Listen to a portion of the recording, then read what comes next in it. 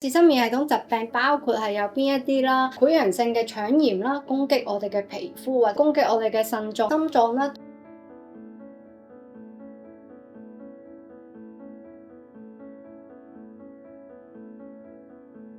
潰瘍性嘅腸炎咧，就會導致到我哋會有呢個嘅嚴重嘅腹痛啦，排便嘅時候會出現呢個嘅黏液啦，或者膿血嘅。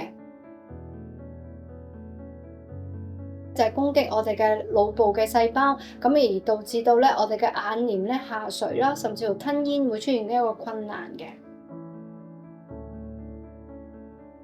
攻擊我哋嘅皮膚或者我哋嘅肌肉嘅組織嘅，會有呢個嘅皮炎症啦、皮肌炎啦、皮膚炎症啦、硬皮症等等嘅，局部會導致到我哋嘅皮膚出現一啲硬斑、硬塊啊、脫皮啊、痕癢啊，甚至乎一啲肌肉嘅組織咧不斷咁樣出現一啲刺痛嘅問題嘅。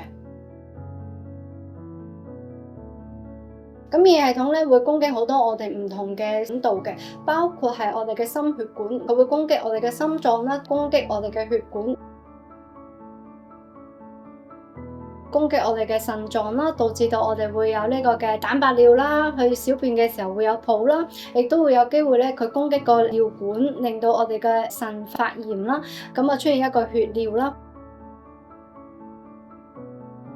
同時間亦都會攻擊我哋嘅身體嘅唔同嘅腺體啦，包括我哋嘅口水腺啦、淚腺啦、我哋嘅胰臟腺啦、甲狀腺等等嘅器官嘅組織啦。